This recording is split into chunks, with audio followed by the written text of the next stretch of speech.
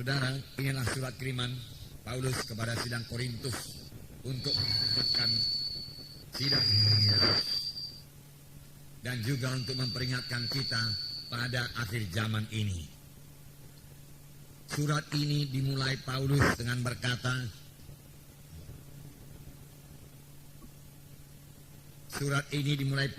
berkata, aku mau supaya kamu mengetahui. Paulus mau supaya sidang Korintus mengetahui apakah yang perlu diketahui oleh sidang Korintus. Tentunya ini perlu juga kita ketahui, karena topiknya yaitu Israel ini sebagai satu peringatan kepada kita. Paulus berkata, aku mau supaya kamu mengetahui. Kamu tahu bangsa pilihan Tuhan, yaitu bangsa Israel, yang pada waktu itu tinggal di Mesir dan dijajah oleh orang Mesir. Apakah yang terjadi kepada mereka? Tuhan mengasihi bangsa Israel, bangsa pilihan Tuhan. Oleh sebab itu Tuhan membebaskan mereka dari perhambaan. Tuhan membebaskan mereka dengan pernyataan kuasa Tuhan yang sangat luar biasa. Saudara mengetahui ceritanya dalam buku Keluaran, di mana Tuhan memakai Musa pada waktu itu untuk menghadap Firaun dan minta supaya bangsa Israel dikeluarkan dari tanah Mesir. Firaun menolak karena Firaun membutuhkan mereka, mau terus memperhambakan mereka. Lalu Tuhan menyatakan kuasanya dengan memberikan 10 tulah kepada bangsa Mesir. Saudara masih ingat tulah itu, saudaraku? Air menjadi darah. Kemudian ada tulah katak di seluruh tanah Mesir, tapi di Gosen tidak ada katak. Kemudian lalat pikat, kemudian nyamuk, saudara. Kemudian gelap gulita di seluruh tanah Mesir, tapi di Gosen terang, saudara. Kemudian ada bisul-bisul, kemudian hujan es. Barangkali urutan yang tidak demikian, saudara. Ya, tetapi itulah dia, belalang pun ada. Yang terakhir yaitu kematian anak sulung. Seluruh anak sulung, termasuk anak sulung dari binatang, semua mati. Karena rumah-rumah orang Mesir tidak dilindungi oleh darah domba. Karena pada malam itu Tuhan berkata, malam ini aku akan menjalani tanah Mesir dan membunuh semua anak sulung di tanah Mesir. Oleh sebab itu sembelihlah domba. Lalu darah domba itu tuahkan, cekkan di jenang pintumu. Di mana aku lihat darah domba itu, kematian tidak bisa masuk ke sana. Saudara, sebentar lalu saya mau mengatakan kepada saudara, inilah kuasa darah Yesus yang sangat berkuasa, yang saudaraku menghambat kematian, menolak kematian. Kalau kematian bisa ditolak oleh darah Yesus, apalagi penyakit, saudaraku, apalagi dosa, saudaraku. Darah Yesus berkuasa, amin. Sampai sekarang darah Yesus berkuasa, amin.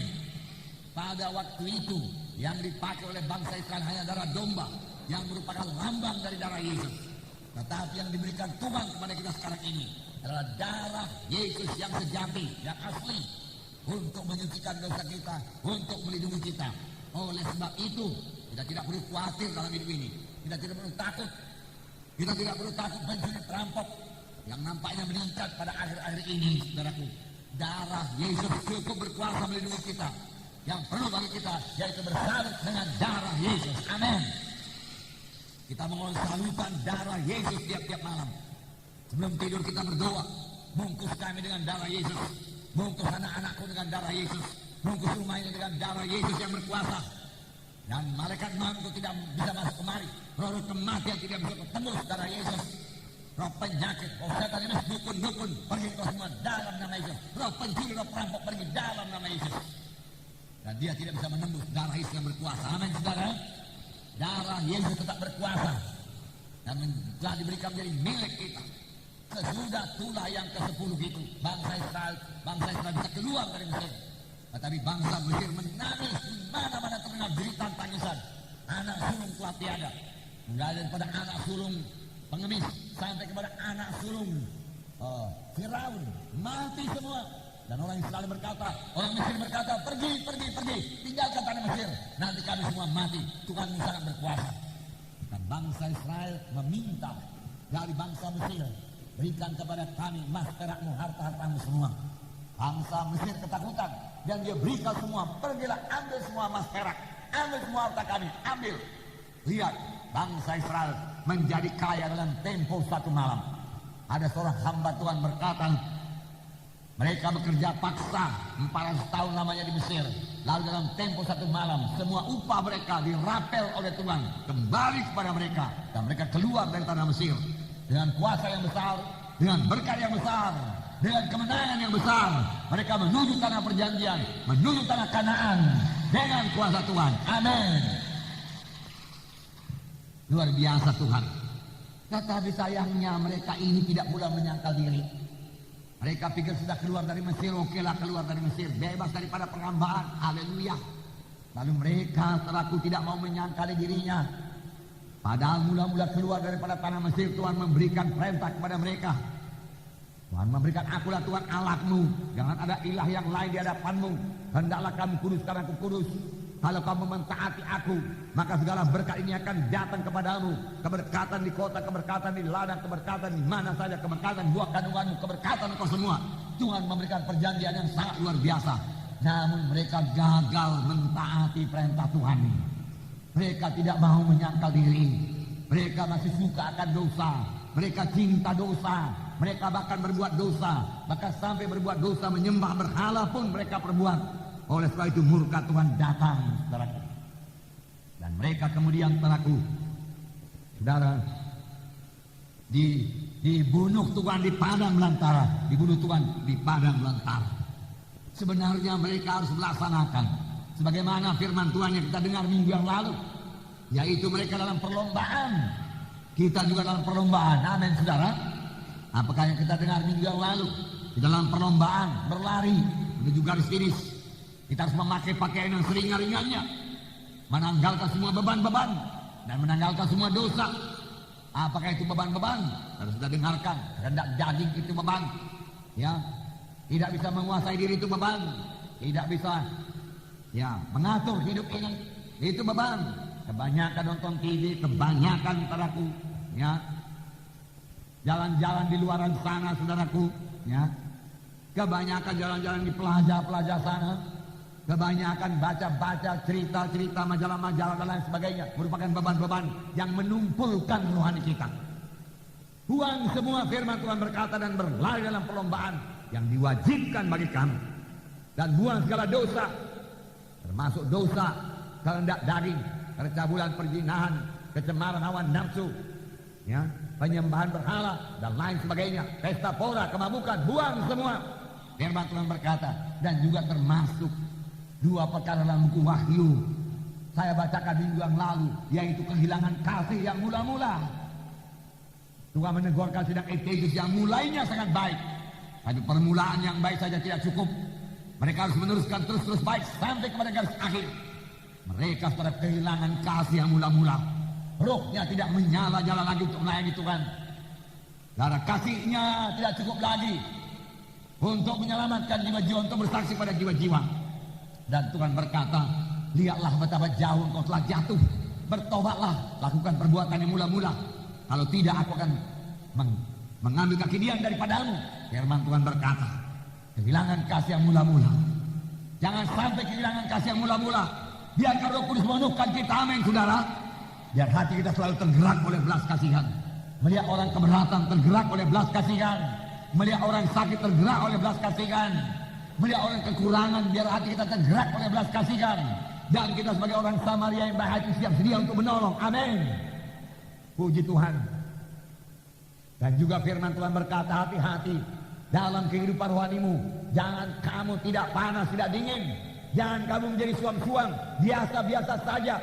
Saudaraku, menjadi anak Tuhan tidak ada biasa-biasa. Terus bertumbuh dalam Tuhan. Amin. Bertumbuh, tidak ada biasa-biasa. Kita harus hangat dalam Tuhan, berapi-api buat Tuhan. Itu kehendak Tuhan, saudaraku. Kita hidup berkemenangan, saudara. Roh Kudus adalah roh yang berapi-api, saudaraku, yang memberikan semangat kepada kita, itu memenuhkan kita, hingga hati kita selalu tergerak oleh belas kasihan. Puji Tuhan, haleluya. Jadi buang semua beban-beban, buang semua dosa-dosa. Mari bersemangat buat Tuhan. Puji Tuhan. Jangan seperti bangsa Israel. Paulus berkata dalam 1 Korintus 9 ayat 27 dikatakan, tetapi aku melatih tubuhku dan menguasainya seluruhnya, supaya sesudah memberitakan Injil kepada orang lain, jangan aku sendiri ditolak. Ini pernyataan Paulus. Paulus yang sudah menginjil, Paulus yang sudah bekerja keras buat Tuhan, berkata, aku melatih tubuhku ini supaya jangan tubuhku menguasai aku. Aku memerangi kehendak dagingku ini supaya jangan kehendak daging menguasai aku. Roh Kudus yang menguasai aku. Aku menguasainya seluruhnya. Jadi Paulus menguasai tubuhnya. Kehendak daging tidak berkuasa atasnya. Dan memang sebenarnya kehendak daging tidak berkuasa atas semua anak-anak Tuhan yang sudah lahir baru. Amin. Karena firman Tuhan berkata, jikalau dengan roh itu kamu mematikan perbuatan tubuh, maka kamu akan hidup. Tuhan memberikan kepada kita Roh Kudus supaya kita mematikan semua perbuatan tubuh. Paulus berbuat demikian. Maksudnya apa? Supaya aku yang sudah mengajar orang lain jangan terbuang. Kalau Paulus bisa terbuang, kita pun bisa ditolak oleh Tuhan. Ini Israel menjadi satu peringatan kepada kita. Biar kita berjalan dalam Roh Kudus, menolak semua dosa. Amin. Tidak terikut lagi dalam cara-cara kegelapan. Amin. Jangan katakan Tuhan itu kasih, nanti dia akan mengampuni. Biarlah saya berbuat dosa, supaya famili senang, saya tidak disingkirkan. Ini juga jalannya kepada saya nanti supaya saya bisa bersaksi kepada dia. Lalu dia terikut dalam acara kegelapan, ada adat kegelapan dan lain sebagainya. Dia tidak tahu itu membuka pintu bagi setan. Bahkan sebenarnya firman Tuhan berkata dia sudah mencobai Tuhan. Karena apa yang dimaksud dengan mencobai Tuhan? Mencobai Tuhan yaitu sudah tahu itu dosa, masih kita laksanakan dengan dalih Allah itu kasih. Nanti dia akan mengampuni juga. Nanti dia akan mengampuni juga. Itu namanya mencobai Tuhan. Mencobai Tuhan. Dan banyak kali yang mencobai Tuhan ini, saudaraku, membuka pintu bagi setan yang tidak disia-siakan oleh setan. Sebelum Tuhan mengampuni, saudaraku, setan sudah datang kepadanya dan menggocoh dia, saudara. Hati-hati, saudara, hati-hati. Nah, saudara, apakah yang telah terjadi pada bangsa Israel? Firman Tuhan tadi berkata, mereka semua telah dibaptis dalam awan dan dalam laut. Kita mengetahui bahwa Tuhan memimpin bangsa Israel dengan cara yang amat istimewa, yaitu dengan tiang api pada waktu malam dan tiang awan pada waktu siang. Saudara, mereka berada dalam perlindungan awan, kemudian mereka melintasi laut Kulsum, lambang daripada baptisan air. Nah, dalam Keluaran 13 ayat 21 dan 22. Keluaran 13 ayat 21 dan 22. Saya membacakan pada saudara. Keluaran 13. Tuhan berjalan di depan mereka pada siang hari dalam tiang awan untuk menuntun mereka di jalan, dan pada waktu malam dalam tiang api untuk menerangi mereka, sehingga mereka dapat berjalan siang dan malam dengan tidak beralih. Tiang awan itu tetap pada siang hari dan tiang api pada waktu malam di depan bangsa itu.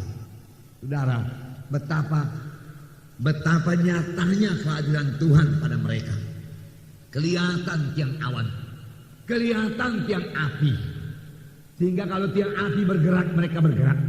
Malam tidak menjadi persoalan bagi 3 juta jiwa. Penduduk kota Medan baru 2 juta jiwa lebih. Mereka 3 juta. Mereka dinaungi oleh payung awan. Berapa besar payung itu, saudaraku? Saya nggak tahu menceritakannya kepada saudara. Tapi cukuplah, saudaraku, untuk menaungi 3 juta orang. Tentu sangat besar.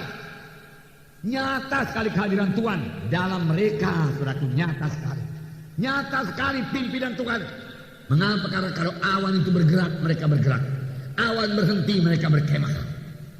Pada malam hari berubah lagi dari tiang api. Dan ini menggentarkan bangsa-bangsa yang lain sekeliling mereka. Sehingga bangsa-bangsa yang tidak berani menyerang bangsa Israel. Tuhan memimpin umatnya. Tuhan menyertai umatnya. Tidak pernah meninggalkan. Saudaraku, nyata sekali kehadiran Tuhan. Saudara, sekarang ini juga kehadiran Tuhan sungguh nyata di tengah-tengah kita. Amin. Ini mengapa? Karena Tuhan Yesus dalam hati saudara. Amin. Ya, Tuhan Yesus dalam hati saudara. Tuhan hidup dalam saudara. Dia tinggal dalam saudara. Dan dia memimpinkan saudara.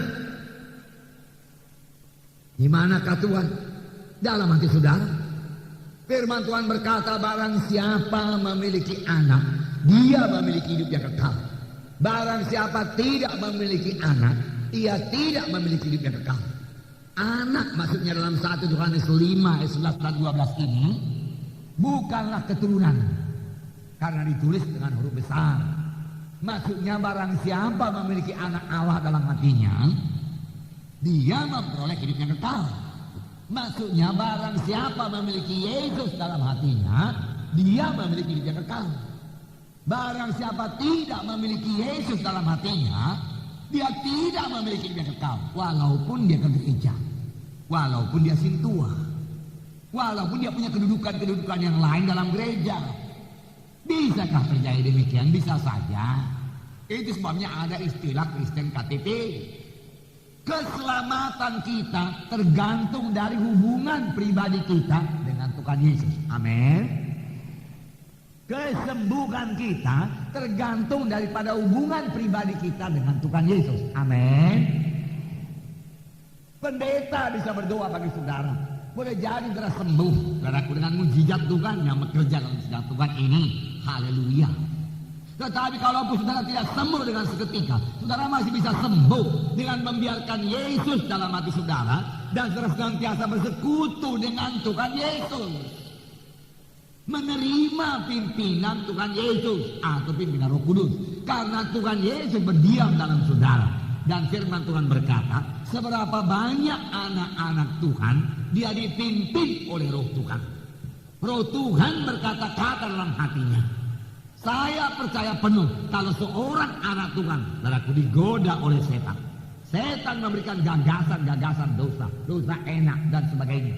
Perbuatlah dosa itu. Semua pun orang bikin dosa. Kau lain sendiri. Ayo bikin dosa. Ayo narkotika. Ayo ke tempat kenajisan dan lain sebagainya. Saya yakin sungguh-sungguh Roh Kudus, saudaraku, tetap, saudaraku, memperingatkan anak Tuhan tersebut dan berkata, hati-hati anakku. Itu dosa membunuh engkau. Dosa itu menceraikan aku dengan engkau. Itu tipuan setan. Jangan ikuti dosa. Jangan ikuti suara setan. Mari anakku, tinggalkan dosa itu. Berkata tidak kepada dosa. Berkata tidak kepada dosa. Katakan tidak kepada dosa. Roh Kudus akan selalu memperingatkan kita. Amin. Adakah Roh Kudus berkata-kata kepada saudara? Nah, pagi hari saja Roh Kudus sudah berkata kepada saudara, anakku bangun berdoa. Baca Alkitab anakku. Ya, hari ini hari Minggu, hari kebaktian anakku. Beribadah kepada Tuhan, beri korbanmu, sembah aku. Roh Kudus bicara dalam hati kita. Kali kerap kali kita tidak mendengarkan, lalu kita terlibat dalam banyak kesukaran, banyak kesusahan yang sebenarnya bukan dikehendaki Tuhan jadi kepada kita.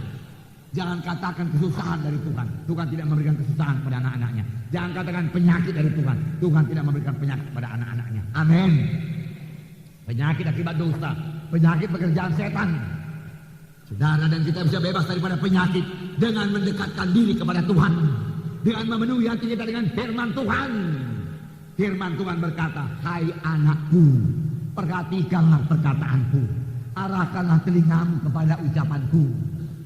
Janganlah semuanya menjauh dari matamu, simpanlah itu di lubuk hatimu. Maka itulah yang menjadi kehidupan bagi mereka yang mendapatkannya, dan kesembuhan bagi seluruh tubuh mereka. Apakah itu firman Tuhan yang kita perhatikan? Firman Tuhan yang tidak menjauh dari mata kita. Firman Tuhan di dalam hati kita, bukan dalam Alkitab. Dalam hati kita. Kita tahu firman Tuhan berdiam dengan segala kekayaannya dalam kita, sebagaimana dikatakan dalam buku Efesus atau Kolose 3:15 itu. Maka itu menjadi kehidupan bagi mereka yang mendapatkannya dan kesembuhan bagi seluruh tubuh mereka. Mengapa banyak anak-anak Tuhan punya persoalan dengan tubuhnya, dikuasai penyakit, kelemahan? Saudara, karena firman Tuhan kurang dalam hatinya, minim sekali. Tidak memperhatikan firman Tuhan, tidak memberi mata kepada firman Tuhan, tidak memberi telinga kepada firman Tuhan, tidak memperhatikan firman Tuhan. Firman Tuhan sambil lalu saja. Maka sebenarnya kita menjadi pelaku firman Tuhan tersebut, mentaati firman Tuhan tersebut. Lalu apa yang dijanjikan firman Tuhan? Apakah kesembuhan, apakah hidup baru yang berkemenangan, hidup yang sukacita, hidup yang berhasil, hidup yang berkemenangan menjadi milik kita semua. Amin. Puji Tuhan, puji Tuhan. Haleluya. Haleluya. Haleluya. Tuhan menyertai kita. Janji Tuhan berkata, aku menyertai kamu sampai kepada kesudahan alam. Ini belum kesudahan alam, ini hampir kesudahan alam. Tuhan masih menyertai kita. Amin, saudara. Ya. Biar kita bersekutu dengan dia. Amin. Bersekutu dengan dia. Haleluya. Nah, dan mereka juga telah berada dalam awan, lambang daripada baptisan air, baptisan Roh Kudus. Di mana dalam baptisan air, saudaraku, kita dikuburkan bersama-sama dengan Yesus, dan sama sebagaimana Yesus bangkit daripada kematian, kita bangkit dalam satu hidup yang baru. Hidup yang baru. Hidup yang bagaimanakah ini? Hidup yang baru, di mana dosa tidak berkuasa atasmu. Firman Tuhan berkata dalam Roma pasal 6 ayat 14 dikatakan. Roma 6 ayat 14. Saya membacakan pada saudara-saudara dibaptis. Ada Roma 6 ayat 3 dan 4 mengatakan mengenai baptisan air, yaitu menguburkan manusia lama dan bangkit dalam satu hidup yang baru. Hidup baru yang bagaimana? Ayat 14 berkata Roma 6, sebab kamu tidak akan dikuasai lagi oleh dosa, karena kamu tidak berada di bawah hukum Taurat, tapi di bawah kasih karunia. Dan sudah saya dibaptis dalam air, sepanjang saya menolak dosa itu, sepanjang saya berkata tidak kepada dosa, menetapkan hati itu tidak berdosa, maka saya tidak akan jatuh kepada dosa. Saya bukan hamba dosa lagi.